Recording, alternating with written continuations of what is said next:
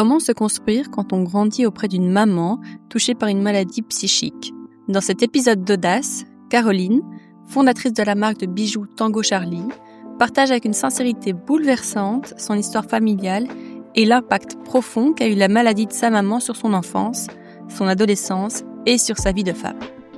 Elle raconte le chaos, la résilience, les choix qu'elle a dû faire et comment la maternité lui a permis de se reconstruire et de transmettre une autre forme d'amour et de sécurité à son fils. Et si vous allez jusqu'au bout de l'épisode, vous découvrirez comment Caroline a quitté le monde du prêt-à-porter pour créer Tango Charlie, sa marque de bijoux, et comment son parcours de vie a nourri son aventure entrepreneuriale. Bonne écoute!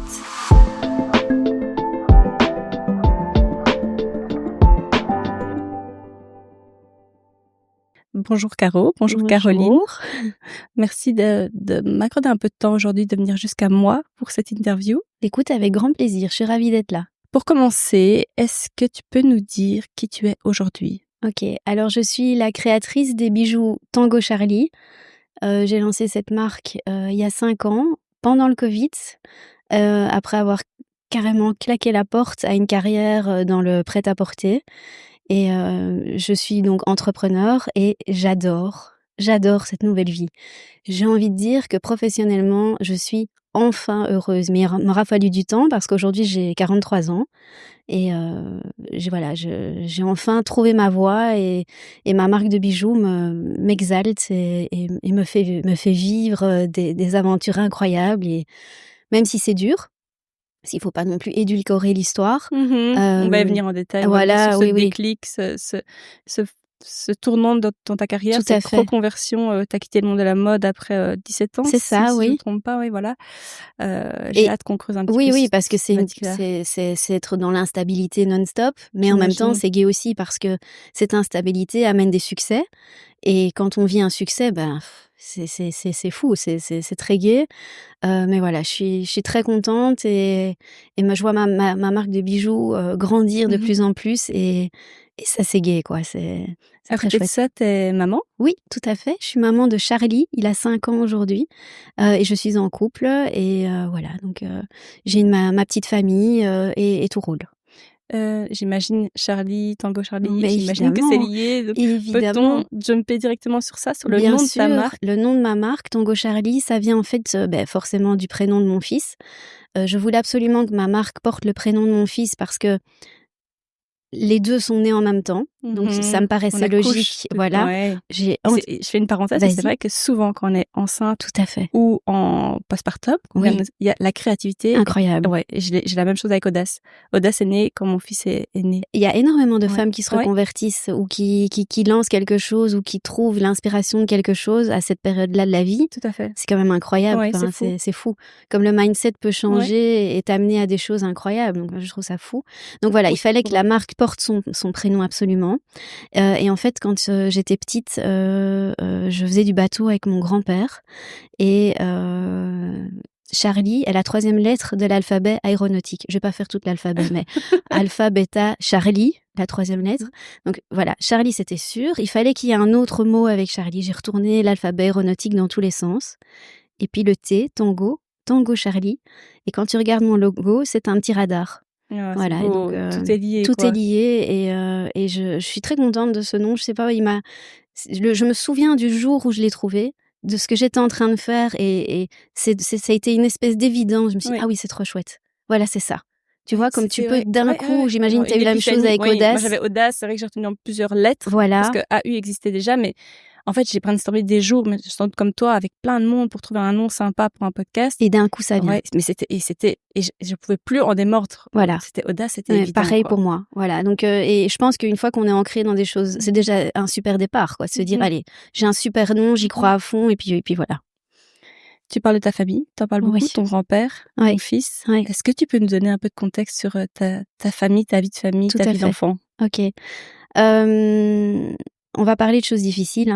Mais je l'ai dit en introduction. Oui. C'est des sujets tout à fait sensibles. Exactement. Je suis née en 82. Je vous laisse faire le calcul pour savoir quel âge j'ai aujourd'hui. D'une famille tout à fait modeste et d'un couple de parents qui dès le départ ont eu une relation je t'aime moi non plus. Donc ils se sont, avant que je naisse, séparés plusieurs fois, remis ensemble, etc. Finalement ils se sont mariés et pour faire court, je suis née 9 mois pile poil après leur mariage. Voilà.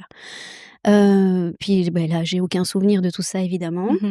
Ensuite malheureusement quand j'ai eu 5 ans, ma petite sœur est née. Elle s'appelait Céline et elle est décédée. Oui, j'allais dire pourquoi tu dis malheureusement. Oui. Et donc je pense que ça doit être une épreuve pour des parents dont on ne se remet jamais. Ça c'est évident. Maintenant que je suis maman moi-même, exactement. Rien que d'en parler, tu vois, j'ai déjà les larmes qui me montent aux yeux. Ça doit être quelque chose. Enfin, ça doit être un traumatisme que tu gardes à vie. Tu peux pas te remettre de ça. Ça doit être pour moi, je pense que c'est la pire des épreuves que tu puisses vivre dans une vie. Je te rejoins 100%. Et donc voilà. Donc ma maman a mis au monde un petit bébé qui était à l'époque pas viable. Ils ont tout fait. Ils ont fait des opérations, etc. Elle avait des malformations. Je passe les détails. Voilà. Et puis pour finir, ils ont arrêté de s'acharner. On va dire les choses très clairement. Et ma petite sœur est décédée et ma mère est rentrée à la maison avec un couffin vide. Et pendant des années, il y a eu dans notre maison une chambre d'enfant intacte pendant des années. Et voilà. Ça a déchiré le couple de mes parents complètement. Et c'est normal parce qu'à l'époque, je ne sais pas si c'est encore le cas aujourd'hui, peut-être que des auditeurs pourront nous le dire, mais à l'époque, on disait aux mamans et aux papas qui perdaient un enfant, faites-en un deuxième directement. Refaites un enfant. Je vais appeler ça un enfant sparadrap. Pour vous remettre de votre traumatisme, il faut s'y remettre tout de suite. Je ne sais pas du tout si c'est encore le cas aujourd'hui. Aucune idée. Et donc, ma mère a demandé à mon père, qu'est-ce qu'on fait ? On s'y met tout de suite. Et mon père a dit non. Et ma mère ne lui a jamais pardonné parce qu'elle avait besoin de ça pour s'en remettre. Et mon père a bloqué en disant je ne me sens pas capable de revivre ça. Je suis traumatisée et surtout je suis trop vieux pour refaire encore un enfant. On arrête là. Focus sur Caroline, moi. Parce que moi aussi j'ai vécu ça. J'étais petite, j'ai des souvenirs de ça, mais vagues. Et voilà. Donc premier déchirement, premier moment ultra dur de la vie et traumatisant pour tout le monde, clairement. Bien sûr. Ensuite, ils sont restés ensemble. Et là, ça a été une relation très bizarre entre eux. J'ai compris seulement à l'âge adulte qu'en fait ma maman trompait mon papa et qu'elle m'utilisait un peu comme l'alibi de ces tromperies. Donc il faut se remettre dans les années 80. Nous n'avions pas ces fameux téléphones portables, il y avait que le téléphone fixe qui était dans le salon, à la maison. Et moi j'étais, à l'époque, je devais avoir 7 ou 8 ans. Dès que le téléphone sonnait, je courais vers le téléphone pour décrocher et dire « Bonjour, à qui ai-je l'honneur ?» J'adorais faire la secrétaire et décrocher le téléphone. Je trouvais ça génial, comme tous les enfants de l'époque. Voilà. Oui, et je passais la ligne à mon père ou à ma mère. C'était forcément pas pour moi, mais pour eux. Mais j'adorais faire ça. Et ma mère m'avait briefé et m'avait dit « Si un tel téléphone, tu dois dire que maman n'est pas là ou qu'elle rappellera plus tard. » Et en fait, c'était ses amants. Mais ça, j'ai compris que après. Donc voilà, tu vois, donc déjà, je grandissais dans un environnement pas très sain. Maman était déprimée. On avait tout mis sur le dos du décès de ma sœur. Donc elle restait des heures et des heures dans son lit. Elle s'occupait pas beaucoup de moi. Très vite, j'ai dû apprendre à me faire à manger plus ou moins toute seule. Donc je me nourrissais de croque-monsieur, de Kellogg's, de trucs que je trouvais dans le frigo. Voilà, j'ai jamais eu une alimentation très, très saine. Et donc encore aujourd'hui, ça me suit. Parce que je mange comme un enfant. Tu m'emmènes au restaurant, j'ai plus envie de prendre les boulets de sauce tomate du menu enfant que le bar grillé avec les petits légumes sautés du menu adulte. Tu vois, c'est des petites choses qui sont restées comme ça. Et après ça, voilà, j'ai vécu dans une famille où il n'y avait pas vraiment de... Comment je vais dire ça, d'amour entre deux. Donc par exemple, quand j'allais en week-end chez mes cousins, mes cousines ou des copines et que je voyais 2 adultes le matin se faire un petit bisou, ça va ma chérie, tu as bien dormi, je restais stoïque à dire mais qu'est-ce qu'ils font ? Ils se font un bisou, mais pourquoi ? Est-ce qu'on peut faire ça ? Tu vois, ou voir 2 adultes que je connaissais se tenir la main en rue, pour moi c'était choquant. Oui, terrible. Et j'ai compris ça plus tard, je me dis en fait c'était ma réalité qui n'était pas la bonne et la vraie vie c'était ça, c'était de s'aimer, d'être gentils l'un avec l'autre. Donc voilà. Et puis j'ai eu 13 ans. J'allais rentrer en humanité et je suis partie un week-end à la mer avec mes cousins et mes cousines. Et tu sais, les week-ends à la mer entre cousins et cousines, c'est tout à vélo. On a fait du bowling, on était dans la mer, on a marché des kilomètres sur la plage. Enfin, très sportif, très comme tous les week-ends à la mer à l'époque, quoi. Et je suis rentrée le dimanche soir et j'avais très mal à mon tibia droit. Okay. Mes parents étaient tous les deux kinés, donc j'ai soulevé mon jeans. J'ai montré à mon père, j'ai dit « Papa, regarde, j'ai un truc bizarre à ma jambe ». Ironie du sort, c'était un collier de perles, si tu veux, de boules sous ma peau, à la verticale, sur tout mon tibia. Et j'ai vu à la tête de mon père que c'était grave. Ouais. Il m'a dit « Mais t'as mal ?» Alors il a commencé à m'ausculter et j'ai hurlé de mal. Il m'a dit « Oula, là, il y a quelque chose qui va pas. Écoute, va dormir. Demain matin, on ira à l'hôpital. » Comme il était kiné, branle-bas de combat, il a fait jouer son agenda, enfin ses connaissances, son carnet d'adresses, pardon, et il a réussi à avoir le matin même un rendez-vous chez un radiologue. Ma mère est venue avec moi, et mon père aussi. Le radiologue a fait la radio, et je m'en souviendrai toute ma vie. Il est sorti du cabinet avec les larmes aux yeux en disant « C'est grave, c'est une tumeur. » Non. Oui. En fait, pour parler simple, je vais pas rentrer dans les termes techniques et médicaux. J'avais si tu veux, une tumeur qui mangeait l'os de mon tibia. Et j'étais au bord d'une énorme fracture. Et c'est sorti à cause du fait que j'avais eu un week-end un peu plus sportif que d'habitude. Ah mince. Et donc voilà, panique à bord. Je me souviens que ma mère était assise à ma gauche, elle s'est effondrée en larmes. Mon père s'est plus parler. Enfin, on a compris qu'il y avait un truc grave. Donc là, mon dossier a fait le tour de plusieurs médecins en Belgique. Il y a eu plusieurs diagnostics. On parlait de cancer, de tumeur, enfin les démographes. Moi, j'étais ado, toute jeune ado, enfin 13 ans, entre l'enfance et l'adolescence, quoi, première humanité. Là, j'ai plus été à l'école parce que je pouvais plus marcher, je pouvais plus déposer ma jambe par terre. Chaque pas que je faisais sur le sol me rapprochait d'une énorme fracture qui allait être catastrophique. Il fallait m'opérer en urgence et faire quelque chose. Il y avait 2 possibilités. Soit on allait m'amputer de la jambe droite, soit on allait essayer de faire une autogreffe, donc prendre un morceau de ma hanche et le remettre à la place de mon tibia et espérer que la greffe prenne.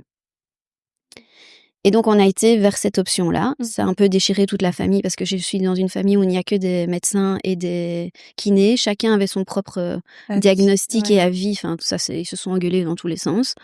Enfin, soit. Et donc, là, il s'est passé un truc que je ne pardonnerai jamais à ma maman. C'est que le jour de l'opération, j'étais légèrement sédatée avant de descendre au bloc opératoire, tu sais. J'étais couchée sur mon lit puisque je pouvais plus marcher. Et ma maman a pris ma main et à ce moment-là, elle m'a dit « Écoute, quand tu vas te réveiller, je veux que tu saches que papa et moi, on sera plus ensemble. » Ouais. On a décidé de divorcer. C'est bien le moment. Exactement. Qui fait ça? Personne. Est-ce que c'est bienveillant? Absolument pas. Est-ce qu'une mère dit ça à sa fille avant une opération? Non. Donc évidemment, moi en pleurs, mon père foudrage que ma mère ait dit ça, engueulade dans la chambre, à 5 minutes de l'opération. Voilà, situation complètement folle. Les médecins prennent le lit et je me retrouve couchée sur ce lit d'hôpital, à rouler dans les couloirs et tu vois, je voyais le plafond, le faux plafond défiler au-dessus de ma tête à coups de néon et je voyais ma vie défiler, quoi. J'étais en train de me dire waouh. Donc je vais me réveiller, je vais savoir si j'aurai encore mes 2 jambes, si je vais m'en sortir ou pas, et j'aurai mes parents divorcés. Oh, rien que d'en parler, j'ai la voix qui tremble. Je comprends. Donc voilà, l'opération s'est bien passée. Incroyable, j'ai mes 2 jambes. Comme tu vois, voilà. Aujourd'hui, je suis sportive, je vais bien, je m'en suis sortie, je vis normalement. J'ai été évidemment suivie pendant des années pour vérifier que tout allait bien, mais j'ai survécu, quoi. Évidemment, quand je suis sortie de l'hôpital, oui, mes parents étaient séparés et j'avais donc, à partir de ce moment-là, 2 maisons. J'ai resté hospitalisée longtemps et j'ai aussi été déscolarisée un petit temps. Forcément, oui. Ton parcours scolaire? Oui, mon parcours scolaire, du coup, en première humanité, il a été bancal parce que j'ai été retirée du système scolaire pendant des mois et des mois, logique. Et j'étais pas capable d'aller à l'école. Et à l'époque, il y avait pas les mails, il y avait rien. Donc, il a fallu se débrouiller avec les moyens du bord et donc on utilisait des stencils. Donc, les copains de la classe prenaient des notes et me les envoyaient par la poste. Trop mignon.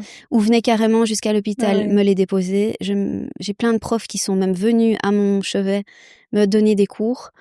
Ils s'enregistraient sur des VHS à l'époque. J'avais une petite télé dans ma chambre avec un lecteur et je suivais des cours par VHS. Et il y a plein de cours par contre qui sont tombés à la trappe. Par exemple, j'ai jamais fait de latin. Parce que fallait laisser tomber les cours de morale laïque, de trucs, enfin tout ça. L'essentiel. On s'est basé sur l'essentiel, mais encore aujourd'hui j'ai des lacunes. Tu ressens ça? Ah oui, terrible. Parce que t'as pas genre doublé ta première. Non, ils ont tout fait pour que je. Donc t'es passée. Je suis passée en deuxième. Et en deuxième, t'as assisté au cours? Oui, j'ai assisté au cours. Oui. Je suis retournée à l'école fin de la première humanité, secondaire, mais avec, dur. Des cours comme les maths, par exemple, j'étais larguée. Et voilà. Oui, voilà. C'était un cap, donc voilà. Ok. Donc tu composes avec cette vie, avec tes parents séparés. Séparés, la maladie, devoir me remettre physiquement, mentalement aussi, parce que c'est quand même un traumatisme de vivre une maladie pareille. Et puis des parents qui divorcent à ce moment-là. Et là, ma maman a commencé à péricliter. On avait une relation bizarre, c'est que je vivais avec elle. Elle me montait le chou contre mon père, donc elle me racontait des trucs horribles.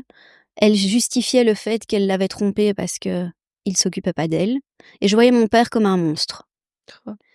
Alors que lui, franchement, avec le recul, il n'avait absolument rien fait. Il subissait un peu ce couple qui n'allait pas. Et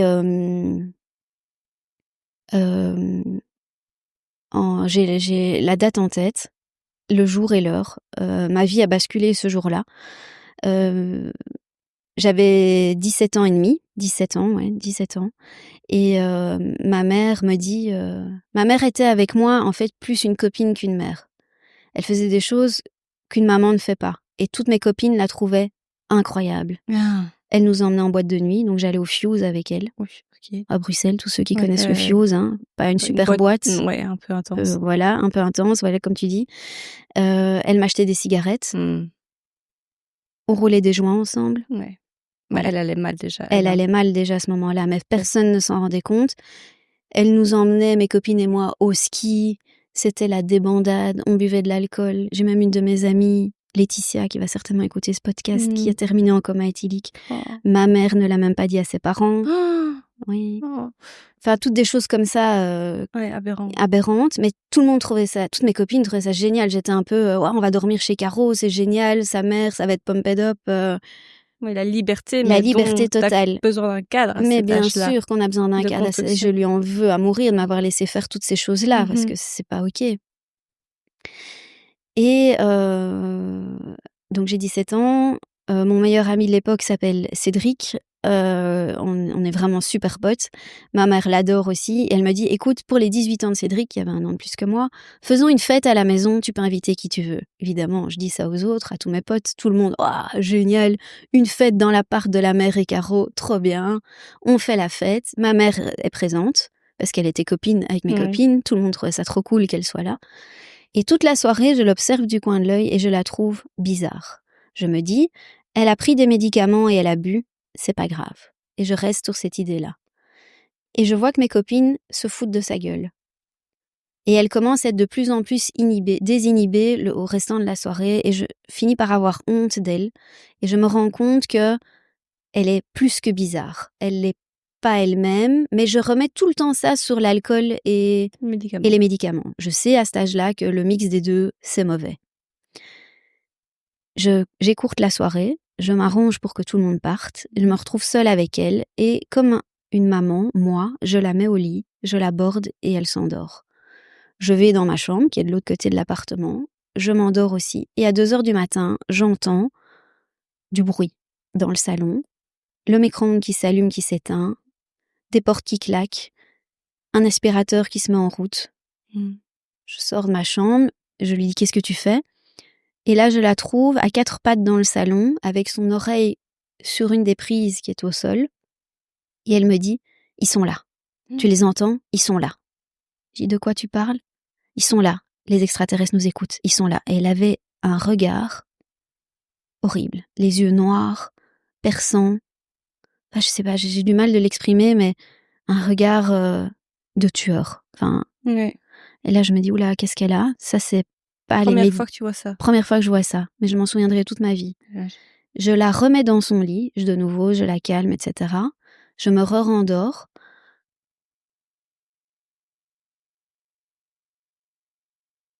Et d'un coup, je suis dans mon lit, couchée sur le dos. Et là, je me suis réveillée avec son visage à ça du mien, de nouveau avec ses yeux de tueuse. J'ai ouvert les yeux, je me suis saisie, elle a attrapé ma gorge. Je sais pas comment je me suis débattue. J'ai réussi à la mettre par terre. Mon premier réflexe a été d'attraper mon Nokia 3310 de l'époque. Heureusement, mon cartable, c'était un dimanche, me disant « j'ai école demain ». Je sais pas pourquoi. Hein. Il était très tôt le matin. À l'époque, j'avais un abonnement une carte prépayée. Il me restait que quelques unités. Heureusement. J'ai appelé mon père. J'étais dehors. J'ai dit « Papa, viens me chercher. Maman, ça va pas. Je suis dans la rue. J'ai pris mon cartable et mon téléphone. Je suis à tel arrêt de bus. Viens tout de suite. » Mon père est arrivé évidemment dans la seconde. Et directement dans la voiture, je lui ai expliqué. Et je crois que lui a été le premier à comprendre qu'il y avait quelque chose de grave qui se passait. On est rentré à la maison, on a trouvé des vêtements pour que je puisse me changer vite fait. Mon père, à l'époque, s'était remis en couple avec une dame plus jeune que lui. Elle m'a prêté des vêtements. À l'époque, mon père avait eu un petit garçon qui avait 2 ans. Je me suis retrouvée dans cette maison à devoir me faire une petite place. Et on est allé à mon club de tennis parce que j'avais demandé à mon père de me changer les idées. Donc, on a passé le dimanche à mon club de tennis. Et j'ai dû appeler chaque personne de ma famille pour les prévenir, maman ne va pas bien. Et j'étais, si tu veux, un peu le porte-parole de tout ça, à leur dire et d'utiliser les premiers mots, maman est devenue folle. Sauf que personne ne me croyait, puisque personne ne l'avait vue et personne ne l'avait entendue, personne n'avait vécu cette nuit. Et quand j'expliquais l'histoire de la nuit horrible que je venais de passer, tout le monde se disait, ouais, l'adolescente qui exagère l'histoire, oui, tu vois. Personne ne me prenait vraiment au sérieux et ton papa bien? Mon papa, il l'avait oui. déjà vu, Oui, je pense que son mon papa, ex-compagne comme ça? Mais mon papa, je pense qu'il a dû vivre des colères de ma mère dans leur séparation et quand je lui ai expliqué ce qui s'est passé, je pense qu'il a très vite compris qu'il y avait quelque chose, tu vois? T'as cru en tout cas. Il m'a cru tout de suite, ouais. Le lundi, j'étais à l'école et le mardi, j'ai eu un appel de la police me disant que ma mère allait mal, qu'elle était bizarre, qu'il fallait que je vienne. Voilà, donc j'ai été interrogée par la police. Il y avait une sorte d'enquête qui se mettait en place. Et puis à l'époque, là il faut revenir en arrière dans l'actualité, c'était la guerre au Kosovo. Et ma mère s'était mis en tête d'organiser un spectacle de quartier avec des enfants, des adultes, pour récolter des fonds au profit des enfants qui souffraient de la guerre au Kosovo. Donc, en soi, l'idée était mignonne et faisable. Sauf que elle a appâté des enfants du quartier et de l'immeuble dans lequel elle habitait pour organiser ce spectacle. Et en fait, elle les a gardés chez elle 1 jour et demi. Ces enfants avaient entre 7 et 10 ans, ils étaient 3, c'était 2 garçons et une petite fille. Et la police a été tout de suite avertie par les parents de la disparition des enfants. On était post-Julie et Mélissa, Dutroux et tout ça, donc tu penses bien que la police a réagi super vite. Ils ont interrogé tous les voisins et ne me demande pas pourquoi ils n'ont pas interrogé ma mère. Et donc, les parents cherchaient leurs enfants, ils habitaient au-dessus et en fait les enfants étaient au rez-de-chaussée, chez ma mère. Mon Dieu. Ouais. Ma mère a fini par les laisser sortir. Ils sont bêtement remontés par les escaliers chez leurs parents. Ils ont toqué à la porte. « Coucou maman, on est là. » En fait, on était chez la madame d'en bas. Évidemment, 1 jour et demi. La police est arrivée chez ma mère directement. Ils l'ont arrêtée. Oui. Moi, j'étais chez mon père. Ils m'ont convoquée. J'ai eu un interrogatoire de 4 heures. Seule. Avec un policier, comme dans les séries, avec une lumière dans la figure, un flic qui me gueule dessus pour avoir des informations, persuadé que j'étais au courant de quelque chose, alors que J'avais beau lui expliquer Mhm. toute l'histoire de la semaine d'avant en lui disant ma mère a pété un plomb, je vis chez mon père, je n'étais pas là au moment où il y a eu cette histoire, laissez-moi tranquille. Le fait que vous voulez rien savoir, il avait décidé que c'était grave. Oui. On parle oui, de séquestration d'enfants, bien sûr. voilà. Bon. Ils avaient peur qu'il y ait eu des attouchements sexuels. Les enfants avaient beau dire qu'il y avait rien, ils avaient l'air d'aller très bien même. Évidemment, la police devait faire son travail jusqu'au Mhm. bout. Et quand ils ont fait une perquisition dans l'appartement de ma maman, ils ont retrouvé un trépied Mhm. pour Oui. mettre une caméra. Donc, ils ont cru qu'il y avait eu Des films. des ou films des photos. pornographiques, quoi, pédopornographiques. Et ils cherchaient donc une cassette VHS. Et donc, la question, c'était où est cette cassette VHS? Et les flics me posaient la question non-stop. Mais moi, j'en savais rien. Mhm. J'avais aucune idée d'où était cette cassette. J'étais en dehors de Même toute pas là, l'histoire. ouais. J'étais même pas là. Et ta maman, elle s'est justifiée Et ma mère, oui, elle voulait organiser un spectacle. mais un jour et demi, oui, elle Voilà. a été déconnectée. Complètement déconnectée de la réalité. Elle était folle, quoi. De nouveau, qui fait ça? Enfin, Oui. c'était pas elle. C'était pas du tout elle. À la base, ma maman, c'était c'était une très belle femme. Je me souviens quand j'étais petite et qu'on rentrait dans les restaurants, par exemple, les gens s'arrêtaient de manger et la regardaient traverser la pièce. Mhm. C'était une femme blonde, toujours bien habillée, des yeux bleus transparents, une forte poitrine, toujours magnifiquement bien habillée, très drôle, très gentille. Tu vois, quelqu'un que tu croises dans ta vie mais que tu n'oublies pas, parce Mhm. qu'elle avait une espèce d'aura très positive et elle était kiné et elle avait un business qui tournait super bien. C'est vraiment quelqu'un de bien et elle est passée De l'autre côté. de l'autre côté, du côté sombre de la maladie, quoi. Et on n'avait pas encore mis un diagnostic à ce Mhm. moment-là. On savait pas encore ce qu'elle avait, parce que ça avait été trop vite. Donc elle a été internée. Oui. Et Et là, t'étais soulagée qu'elle soit prise en charge? non, parce qu'on savait toujours pas ce qu'elle avait. Ok. C'était pas encore C'était pas clair, tu vois. Je comprenais toujours pas. On comprenait toujours, personne ne comprenait, quoi. C'était. Mhm. Puis à l'époque, il faut se remettre aussi au début des années 2000, on ne parlait pas de santé mentale Mhm. comme on en parle aujourd'hui. Le mot burn-out, c'était des choses qui n'existaient, enfin, qui Absolument. existaient, mais dont on ne parlait pas. On ne parlait pas de schizophrénie, de maniaco-dépression. Aujourd'hui, tu ouvres un magazine People, on te dit Richard Gere est maniaco-dépressif. Et c'est tout à fait OK, Mhm. tu vois. Mhm. C'est presque... Oui. C'est pas banalisé, mais ça fait partie de notre environnement. Oui. Au début des années 2000, ces mots-là n'existaient pas. Je me souviens quand on a mis le diagnostic sur la tête de ma maman et que j'expliquais aux gens, ma maman est maniaco-dépressive, je devais expliquer aux gens ce que c'était. Mhm. Je voyais bien que les gens me regardaient en disant, c'est-à-dire, Ouais, qu'est-ce qu'elle a? dépression, ouais. C'est quoi une dépression? Non, c'est plus que ça. Ouais. C'est du délire, tu vois. Et donc, les flics cherchaient donc cette cassette vidéo qu'ils ne trouvaient pas. Ouais, et donc, une fois que les choses se sont calmées, j'avais les clés de l'appartement. Mhm. J'ai demandé à la police l'autorisation d'aller chercher des vêtements à moi, puisque moi j'étais partie du jour au lendemain de chez mon père et que j'avais besoin de mes affaires d'adolescente, comme Tout à toutes les fait. ados. Tout à fait. Et donc, je suis rentrée dans l'appartement. Un Capharnaüm, quoi. Tout était retourné. Tout était retourné, comme un double cambriolage, quoi. Et ils avaient eu police. raison, hein. La police, ils rangent pas, évidemment. Et là, je me suis dit, mon Dieu, mais on est dans une série, quoi. On est dans un film. Enfin, c'est un roman policier. Mais où est-ce que je suis, quoi? Et donc, j'ai pris une valise parce que j'avais bien compris que j'allais plus jamais revenir dans cet appartement. Mon père était avec moi et j'ai commencé à remplir la valise d'un maximum d'affaires. Ma vie tenait dans une valise.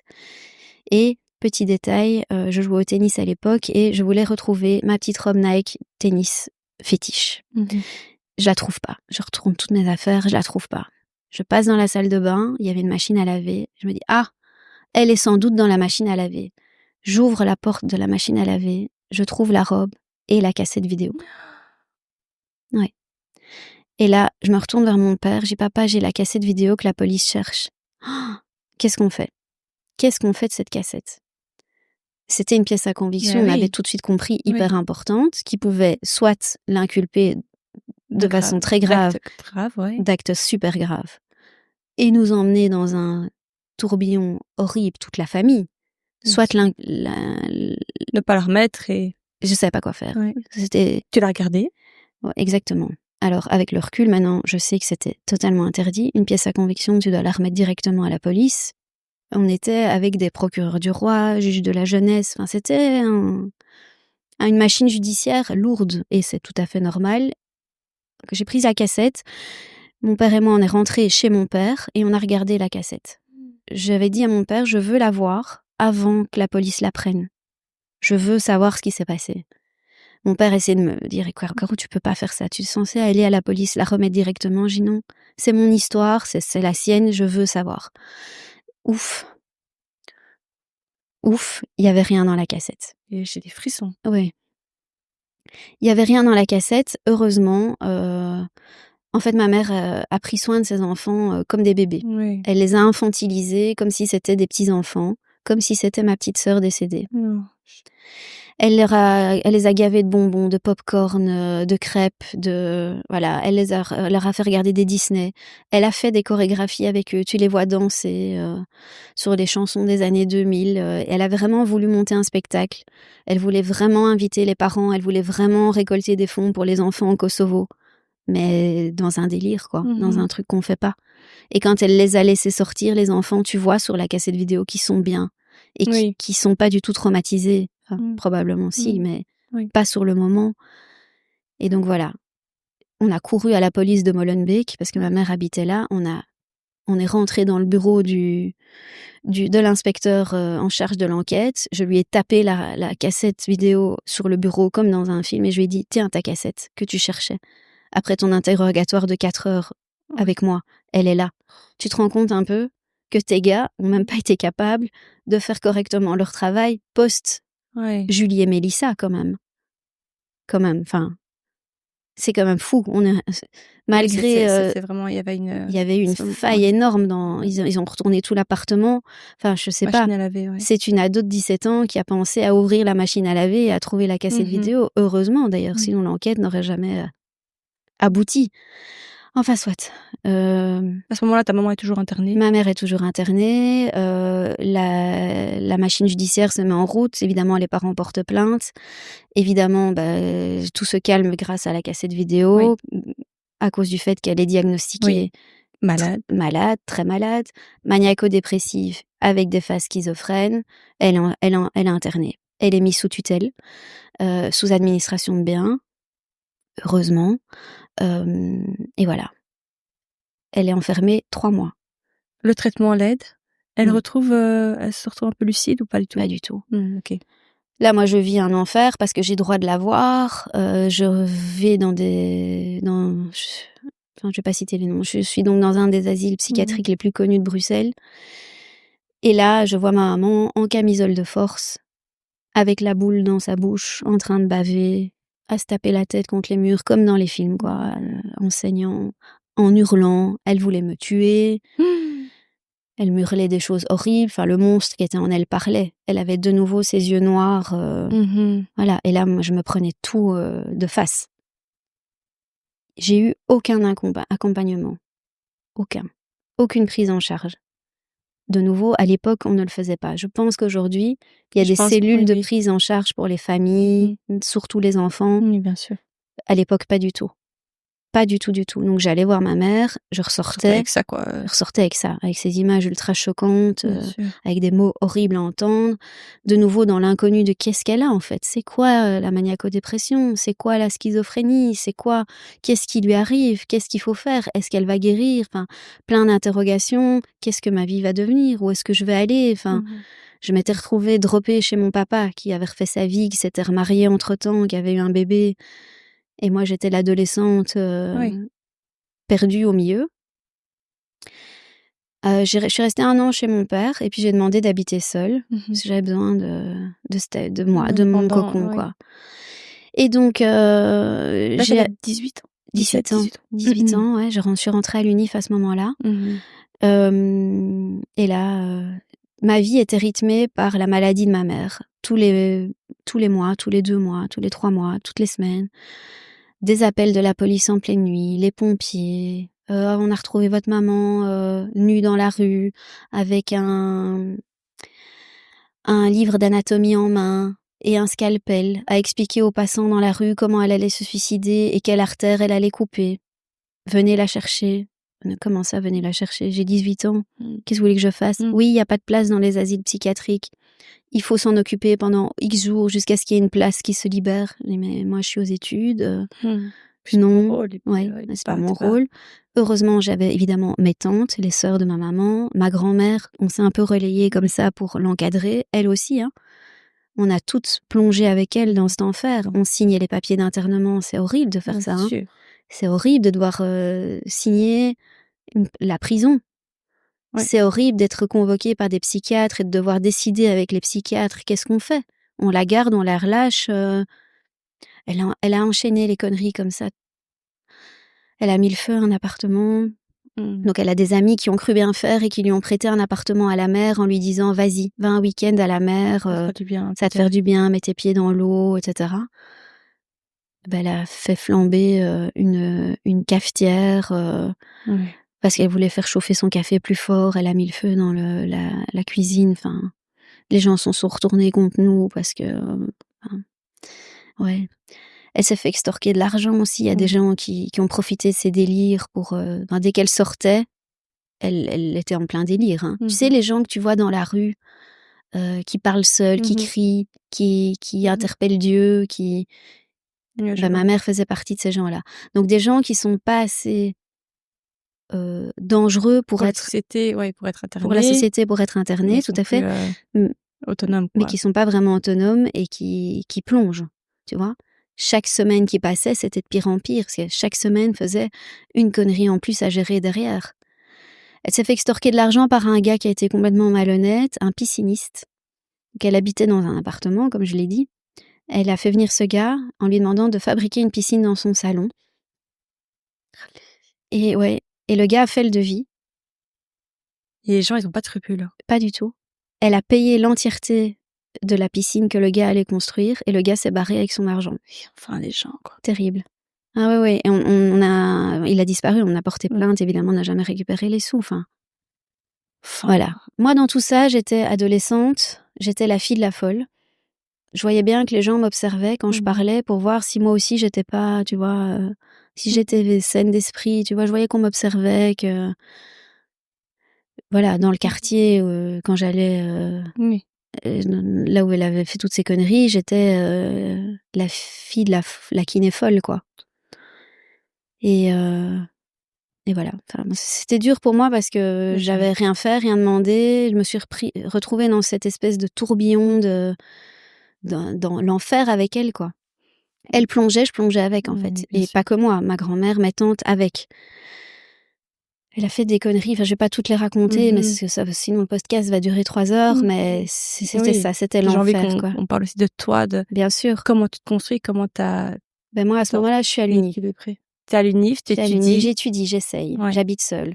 Je tant bien commence que par faire mal. l'ICHEC, Mmh. donc c'est des études, commerciales. Je fais le premier semestre et puis je suis obligée d'abandonner parce que j'habite seule et qu'il faut que je travaille. C'est ça. Il faut que je job, et que faire, des études aussi poussées Et et demandante, bosser ouais. à côté, en fait, c'est pas possible. Mmh. Donc je suis obligée d'abandonner, à mon grand regret. C'est encore un truc que je regrette aujourd'hui. Je suis sûre que j'aurais pu réussir et avoir ce diplôme.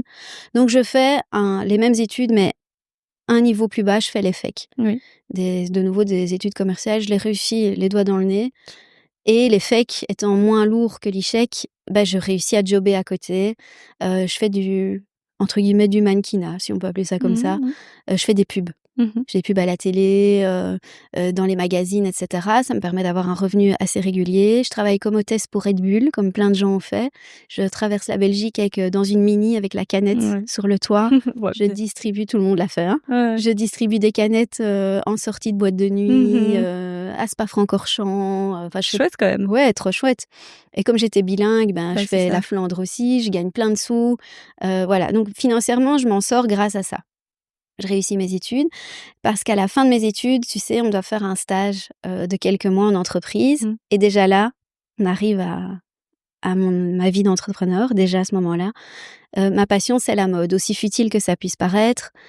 Ma façon de garder la tête hors de l'eau dans Mmh. toute cette histoire, c'est les fringues. Mmh. C'est triste, mais c'est comme ça, hein. Moi, c'est chacun son Oui. truc. Moi, c'est faire du shopping, c'est, m'intéresser aux maisons de haute couture, à la fabrication, on y arrive, des fringues et des bijoux. Voilà, c'est mon petit plaisir, quoi. Ouais. Dépenser mes sous, Oui. être jolie, prendre soin de Oui. moi, être toujours tendance. Mes copines rigolent toujours parce que même pour un pique-nique au bois de la Cambre, j'étais sapée comme jamais parce que j'adorais ça. Enfin, tu vois, Oui, c'était je vois mon très petit bien. plaisir, quoi. Et je fais mon premier stage chez Olivier Strelly. Mmh. C'est une marque belge, pour ceux qui connaissent pas, qui n'existe plus aujourd'hui et c'est triste. Ils étaient fournisseurs officiels de la cour à l'époque. Je me souviens que moi, je m'occupais du vestiaire de la princesse Mathilde, qui aujourd'hui est la reine. Mmh. Je m'occupais aussi du réseau d'agents et eux m'ont proposé un CDD avant la fin de mes études, donc j'étais fière. Bien, oui, Ah ouais, félicitations. trop chouette. Donc j'ai travaillé pour eux, direct, hein, donc j'avais fini mon stage. Moi, j'ai pas eu d'été, hein. J'ai direct au 30 juin, commencé à bosser. Hop, CDD, trop bien, dans une super maison, de haute couture Oui. belge, quoi, une Très belle maison. ah ouais, magnifique. Je vendais les écharpes. Mmh. Ouais, les écharpes, Mmh. en laine, j'étais responsable de Je savais ça. pas qu'ils avaient fermé. Ouais, c'est Ouais. fini. Malheureusement, ils ont fait faillite. Ils ont été rachetés par, j'ai juste les écharpes sont aux mains d'une maison turque. Ah oui. Ah, c'est plus du tout belge, quoi. OK. Dommage. Mmh. Enfin, voilà. Mmh. Après ça, mon contrat s'est terminé et j'ai bossé pour une, marque de vêtements que tout le monde connaît, Oui. mais qu'à l'époque personne ne connaissait. J'ai bossé pour Superdry. Ah! Je savais Ouais, pas. avant que ce soit connu. OK. Et mon boulot, c'est marrant, j'avais une énorme valise, un espèce de coffre à roulettes dans lequel il y avait, les fameux t-shirts et les sweats que tout Ouais. le monde porte aujourd'hui, Ouais. où il était écrit, Osaka en orange, Oui. avec, un t-shirt rouge et l'étiquette orange, la fameuse, sur l'épaule. Je me prenais que des portes fermées, Chloé. Les gens me Et quoi, regardaient tu en devais disant démarcher? Tu devais oui, trouver je devais des démarcher acheteurs ou des non, je devais boutiques? démarcher des boutiques OK. multimarques pour Oui, qu'ils oui, je vois achètent bien. Superdry, tu vois? OK. Ah, Sauf qu'à allez, tu l'époque, personne ne connaissait et les gens trouvaient ça moche. c'était l'époque Abercrombie ou Voilà, c'est ça. Un peu avant. un peu avant, c'est ça. Abercrombie allait juste à ce moment-là, en même temps que Superdry émergeait, grâce aux stars. Il y avait pas les influenceurs d'aujourd'hui, il y avait pas vraiment les réseaux sociaux, c'était les Mmh. magazines et à ce moment-là, Superdry a décidé d'envoyer des vêtements aux stars et c'est comme ça, comme Abercrombie avec les casquettes et Ouais. tout ça, Ouais. que ça a explosé. Sauf que moi, je me suis fait virer juste avant. Oh mince. OK. Pas grave, hein, pas grave. Mes chiffres étaient mauvais, Ouais. j'étais Bah pas bon. du tout rentable, forcément. Tout le monde me regardait en me disant: «Mais tu es sérieuse? C'est quoi ce truc moche? En plus, c'est cher». Ah, c'est vrai que c'était cher. Ouais, c'est cher pour l'époque Ouais. et voilà, donc je me fais virer, pas grave. Et là, je me fais engager, chez, Patrizia Pepe, qui est une marque Oui. italienne, magnifique. Ouais, moi j'adore aussi. Ah ouais. Ils ont un magasin à Anvers aujourd'hui et un magasin avenue Louise à Bruxelles. Et à Uccle, non, ils ont encore? Ouais, Je c'est sais pas ça. s'ils ont encore. Non, ils l'ont fermé. Ils l'ont OK. fermé, ouais, au Verchasseur, ils l'ont Ouais, fermé. ouais. Et là, j'ai vécu mes meilleures années dans le secteur de la mode. C'était Ouais. génial. Ah ouais, j'allais, 1 fois tous les mois, tous les 2 mois au siège à Florence, Mmh. voir les chaînes de production, Ah! les bijoux, on y arrive, Ouais. les fringues et on nous consultait pour savoir, pour notre marché belge qui fonctionnait super bien, «Qu'est-ce que vous avez besoin?» On nous demandait. Mmh. Oui, tu étais On acheteuse, enfin tu choisissais les ouais, collections. on aussi, mais tu vois, on avait tellement on était tellement en expansion, on ne devait même pas démarcher de clients. Les clients venaient nous chercher. À l'époque, c'était fou. Ah, j'ai appris plein de choses. Enfin, c'est une marque un peu prestigieuse qui utilisait des très belles matières. J'ai commencé à m'intéresser encore plus à ça. Les outfits étaient dingues. Enfin, c'est Ouais, bah oui. Ah oui, l'Italie, la c'est ça. mode. Enfin, parlons-en 2 secondes. Ils sont les meilleurs. Enfin, Ouais. moi, on peut me dire ce qu'on veut. Il y a qu'en Italie qu'on sait faire de la fringue. Il y a qu'en Italie qu'on s'habille bien. Va te balader, même en plein été, en Italie, les gens sont bien habillés. Ouais. Et on parle de Paris, on parle de Londres et de New York. Moi, je trouve qu'en Italie, il y a quelque chose qui se passe qu'il y a pas ailleurs. Enfin, soit. Je bosse pour eux, tout se passe bien, génial, nanana. Après ça, j'ai bossé, pour, IKKS, Mmh. très longtemps et chez IKKS, j'ai rencontré mon compagnon actuel. OK. Lui bossait là, moi aussi, on s'est mis ensemble et à un moment, on s'est vite rendu compte que bosser dans la même boîte, lui était dans la finance et moi dans le commercial, Mmh mh. ça n'allait pas ensemble. Mmh. Donc il y a un des 2 qui a dû, quitter, le navire et c'est moi qui suis partie. Ok. Parce que moi, j'avais un profil hyper facile à replacer. Et en plus, avec tes langues et tout. Voilà. Et puis mon background dans la mode, je savais que je pouvais aller ailleurs très facilement. Ouais. Et c'est ce qui s'est passé. J'ai postulé. En 2 semaines, c'était plié. Et j'ai bossé pour H&M. Ouais. Ça y est, le mastodonte, fast fashion, le gros truc, le gros paquebot. J'étais vraiment là dans le monde corporate, à fond la caisse. Et quand tu bosses dans le fast fashion, tout doit aller vite. C'est un peu un espèce de rouleau compresseur. C'est pareil chez Inditex, chez Zara, etc. Ouais. C'est dur. C'est très, très dur. Et t'avais quelle fonction là? Alors, j'étais dans l'équipe marketing, marketing et je m'occupais du programme de fidélité. Donc, chez H&M, il y a un programme de fidélité. Quand tu achètes, tu cumules des points. Et j'ai dû lancer ça en Belgique et le mettre en place. Donc, j'ai dû former 2500 vendeurs, 89 magasins. Enfin, c'était un gros projet. Et j'ai appris énormément de choses. Et le fait d'être dans la fast fashion, je voyais une autre facette de la mode que je connaissais pas. J'ai appris 1000 choses aussi. J'allais à Stockholm tout le temps au siège d'H&M. Enfin, moi, quand je suis arrivée au siège d'H&M, pour moi, c'était le temple, tu vois, le temple de la mode. Waouh! J'ai croisé le CEO d'H&M, c'était pour moi la rockstar de la mode. Enfin, tu vois, je touchais le Graal. Pour moi, c'était exaltant. J'imagine. D'aller voir les chaînes de production d'H&M, de voir les vêtements, des collections. Les collections, mais je venais de plus petites structures. Là, je voyais des milliers, des centaines de milliers de vêtements défiler sous mes yeux. Enfin, c'était fou. Le Covid arrive. Ok. On est en 2020. Et là, ça fait 10 ans que j'ai plus vu ma maman. Et t'as coupé les ponts? J'ai coupé les ponts. Pourquoi? Parce qu'à un moment, toute cette histoire horrible me tirait vers le bas, si tu veux.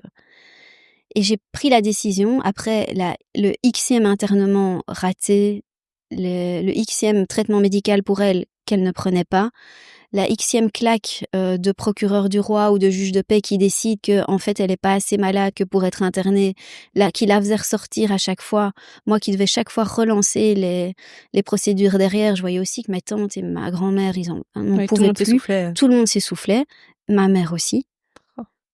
J'ai décidé, j'ai appelé toute ma famille et en 2011 j'ai dit stop. Moi j'ai besoin de vivre, j'ai envie je me choisis, j'ai envie de faire carrière dans la mode, j'ai envie d'être bien. Ma santé mentale aussi compte, il n'y a pas que la sienne, donc stop. J'ai changé de numéro de téléphone. Quand la police m'appelait, fini, ils avaient qu'à se débrouiller. Les pompiers, pareil, je voulais plus rien savoir. J'ai plus signé un seul document, et d'ailleurs elle a plus jamais été internée après. Son dernier internement, c'était en 2011, et puis les 10 années qui ont suivi, elle a périclité. Donc elle vivait dans cet appartement que ma grand-mère payait à sa place. Elle avait une petite allocation du CPAS pour survivre. Et elle vivait enfermée de tout contact social, sans doute un peu par honte de ce qu'elle avait fait. J'imagine, je ne l'ai jamais vue, j'en ai jamais parlé avec elle. Elle était un peu en sourdine, si tu veux. On la voyait pas, personne la voyait. Je crois que ma grand-mère la voyait une fois par an, vraiment pour les anniversaires ou les moments importants. Elle n'était pas suivie sous forme de médicaments, elle avait pas de suivi médical, rien du tout. Elle passait ses journées à boire du Coca Light, à fumer des clopes et à manger des pizzas. C'est tout.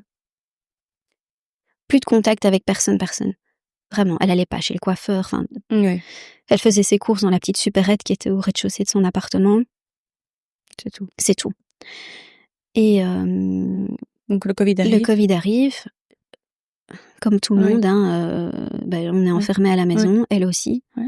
Ma grand-mère est enfermée dans son home. À l'époque, elle a 90 ans. Je suis enceinte de Charlie. Je suis hyper contente, je vais être maman. C'était désiré? C'était un projet? On a mis 2 ans à l'avoir, on a eu du mal. Il était là, désiré. Enfin. Ah oui, génial. On allait être parents. Bon, j'ai 39 ans à l'époque, donc il était presque temps, j'ai envie de dire. Super, je suis ravie. Les magasins ferment, H&M me met au chômage, parce que forcément, il n'y a plus de marketing à faire, il n'y a plus de programme de fidélité quand les magasins sont fermés. Oui, chômage temporaire. Chômage temporaire, bien sûr. J'ai le temps de, comme tout le monde, de cogiter. Et là, je me dis, en fait, je suis pas heureuse, moi, là. Tu le sentais, ça? Tu sentais que t'étais pas heureuse? Ouais. Chez H&M ou dans le milieu de la mode? Non, le milieu de la mode restera toujours mon amour. Ça se sent quand tu parles, t'es passionnée. Oui, encore aujourd'hui, hein. Ouais. Et encore aujourd'hui, je vis que pour ça, j'adore, quoi. Faire les magasins, c'est mon sport, quoi. Mais pas pour acheter, hein, pas Ouais, bah, spécialement, regarder. juste pour regarder. Je regarde les matières. Demande-moi Les où il faut acheter le tendances. meilleur t-shirt blanc, parce que c'est un truc, je trouve qu'il Dis-nous faut d'ailleurs. avoir. Dis-nous. Chez COS. Ouais, bah, j'allais dire. Chez COS, c'est J'allais les dire. meilleurs. Chez COS. Ouais, il est Voilà, très beau. il est là. Ouais, il est bien épais, il est Il très ne beau. bouge pas. OK, C'est rien, COS, voilà. on le COS, sait. retenez ça. Allez chez COS. Et dans toutes les couleurs, même chez les hommes, ils sont OK, très bon. dingues. Mais pourtant, Oui. le COS, ça fait partie d'H&M aussi, Ouais, hein. ouais, ouais, Mmh. ouais, ouais, tout à fait. Mais quand même, tu vois, je Oui. leur en veux pas, hein. Non, non. C'est toujours corporate. Ouais, bah oui, quand C'est même, pas un on placement peut de produit, c'est non, censé pas du être tout, pas du tout. COS, mais COS, Ouais. ouais, bon, On est OK. d'accord, hein? Ouais. Voilà. J'aurais dit COS ou Arket. Oui, tout à fait. Oui, mais ils sont plus fins chez Arket. Mais COS quand même mieux. OK, très Enfin, bien, soit. très bien. Un meilleur grammage de coton. Faut toujours regarder le grammage de coton. Petit Merci, truc au c'est passage. excellent ces tips. Voilà. Merci. Du coup, je perds le fil. Donc, Donc Covid, le Covid arrive, je suis enceinte. Tu cogites. Voilà, je cogite. Et la question, c'est, il faut annoncer à ma maman que je suis enceinte. Ouais. Voilà. Je dis à mes tantes, moi, je veux pas la voir, je veux pas avoir de contact avec elle, je ne l'appellerai pas, j'enverrai pas de faire part, je veux pas qu'elle sache quoi que ce soit sur moi, je veux pas qu'elle ait mon adresse parce que ça allait recommencer, quoi. Je voulais plus être harcelée, je voulais protéger ma maison, Et ta famille. mon bébé qui allait arriver, voilà. mon cocon.